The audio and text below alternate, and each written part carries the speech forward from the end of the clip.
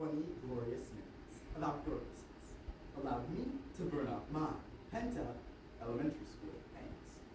However, as I approached the far end of the playground, out of sight of the teachers, I witnessed the older kids bullying my friends. I'd love to say that I confronted them, but the fifth graders are intimidating. Instead, I walked away, prioritizing my safety out of fear of punishment. This ethical dilemma is not unique to me. We all want to act ethically, but as University of Pennsylvania Professor David Steele asserts, the reality of human interaction is we often suspect that when we report, we will be punished.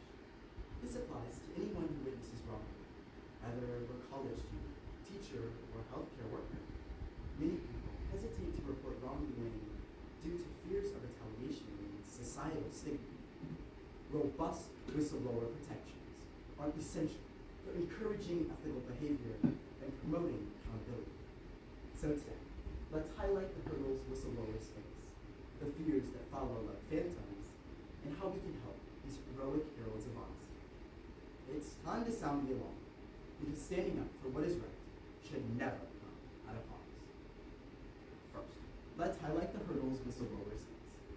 Just like my childhood reluctance to face bullies out of fear, people frequently shy away from voicing their concerns due to an apprehension of the repercussions.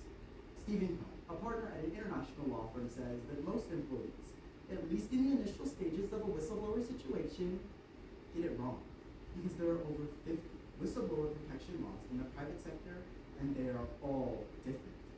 Without a knowledge of their rights, such as the illegality of retaliation, these advocates for accountability may be reluctant to report wrongdoing.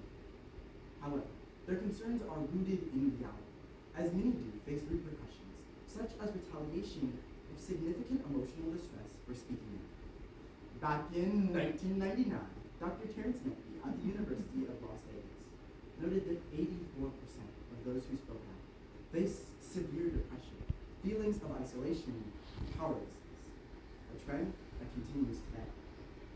For instance, the National Whistleblower Center reports that Rebecca Jones, who created a state-of-the-art dashboard managing all of Florida's COVID-19 information, was instructed to manipulate the data. When she refused and sought guidance on filing a whistleblower complaint, she was fired. Then Florida Governor Ron DeSantis had state police sent to her house to raid her home at gunpoint without a warrant. The case was dismissed 2 years later, disregarding the fact that Jones was subjected to stalking, harassment, and threats on a daily basis. These people raise real questions as to what the government is doing, and it is vital that they are listened to. However, the media's portrayal of whistleblowers significantly impacts public perception. Dr. Megan Van Kerkhove from the University of Colorado researched how the top 3 newspapers by circulation depict them. September 2024 report reveals that they are often portrayed as untrustworthy, reinforcing the stigma against speaking out. People who read these news outlets are developing an unhealthy ideological perception of whistleblowers, which hurts everyone, because the media is where they go when no one else will listen. But if even the media is vilifying those who dare to expose wrongdoing, it begs the question, where can truth tellers go to seek refuge? Understanding the obstacles, let's take a look at the fears that follow like phantoms.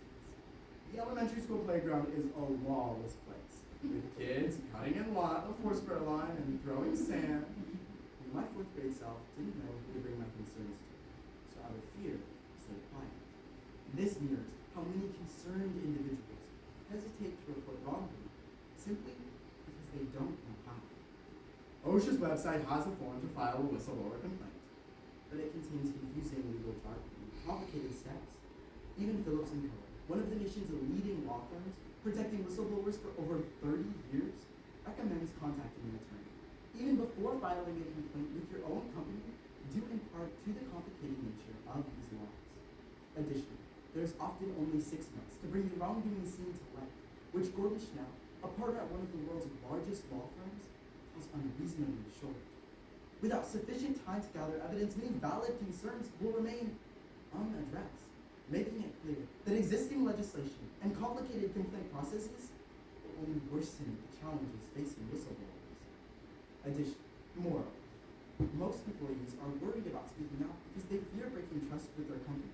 As Integrity Lab, which creates software for reports to be vetted internally, found in June of 2024 that 90% of those who spoke out did so internally first. For instance, Dr. Babik Babikinjan from MIT, who was working on a project that could allow for crops to be grown without soil or sunlight.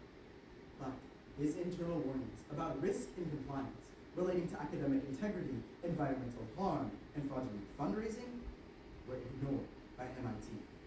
Furthermore, a multinational organization found that millions of dollars of funding for this project came from or was coordinated by Jeffrey Epstein.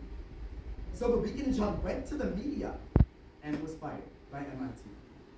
These employees are not merely disgruntled, but rather raise valid concerns for public safety. When internal reporting is overlooked, the public is put in danger and institutions are being funded by sex offenders. And when we don't listen, no one knows what is going on behind closed doors. So what can we do? Despite their valid concerns, clearly not enough is being done to protect speaking out. The answer lies in the acronym HERO. First, hear their voices. Harvard Business Review details that most employees view coworkers who report wrongdoing as snitches, and this stigma is unacceptable. People must be educated through lessons developed by OSHA on understanding their rights, identifying wrongdoing, but most importantly, reporting procedures so that their voices can be heard. You can do your part by helping to confront this vilification surrounding whistleblowers. The E is for educate and empower. Oftentimes, these individuals lack an awareness of their rights, so programs developed by nonprofits and subsidized by the federal government could significantly enhance understanding. One such program could include workshops, online courses, and resources, making the navigation of these complexities easy. The R is for reinforced protections. The federal government has taken significant steps to incentivize whistleblowing, offering monetary prizes. However, another issue is the protection of life. CNN reports in May of 2024 that longtime employee of Boeing, John Barnett, discovered safety lapses. But when he failed to appear for his deposition, police found him in his truck, dead, with the gun in his own hands. Whistleblowing isn't some concept that doesn't impact real people, but rather it is a life and death situation. And helping these real people requires real action that includes physical protection from harassment and mental health services. The O is for offering support. Charlotte Keith writes for Spotlight Pennsylvania in April of 2024 that oftentimes these individuals face legal costs that can pile up despite expanded protections. Keith details how Kira Varkos was offered $10,000 from the nonprofit Lutheran Man to stay quiet. But due to her commitment to human rights, she denied it, while she was due to give birth to her child any day. These individuals are some of the most selfless people, and the least that can be done is to offer support through payments funded by grants through the federal government, and whistleblower lawyers taking more cases pro bono. You can do your part by donating to nonprofits such as the National Whistleblower Center. Today, we examined the challenges whistleblowers face, the fears that haunt them, and how we can provide support. Just as I longed for a safe space to speak out, whistleblowers need our backing now. We must embrace the hero approach. First, hear their voices, educate and empower, reinforce protections, and offer support. From identifying safety concerns that affect millions of flyers to standing up to an elementary school board, no one should face retaliation for speaking out. By empowering whistleblowers, we protect our collective future. Because a society that silences truth tellers is one that risks its moral integrity.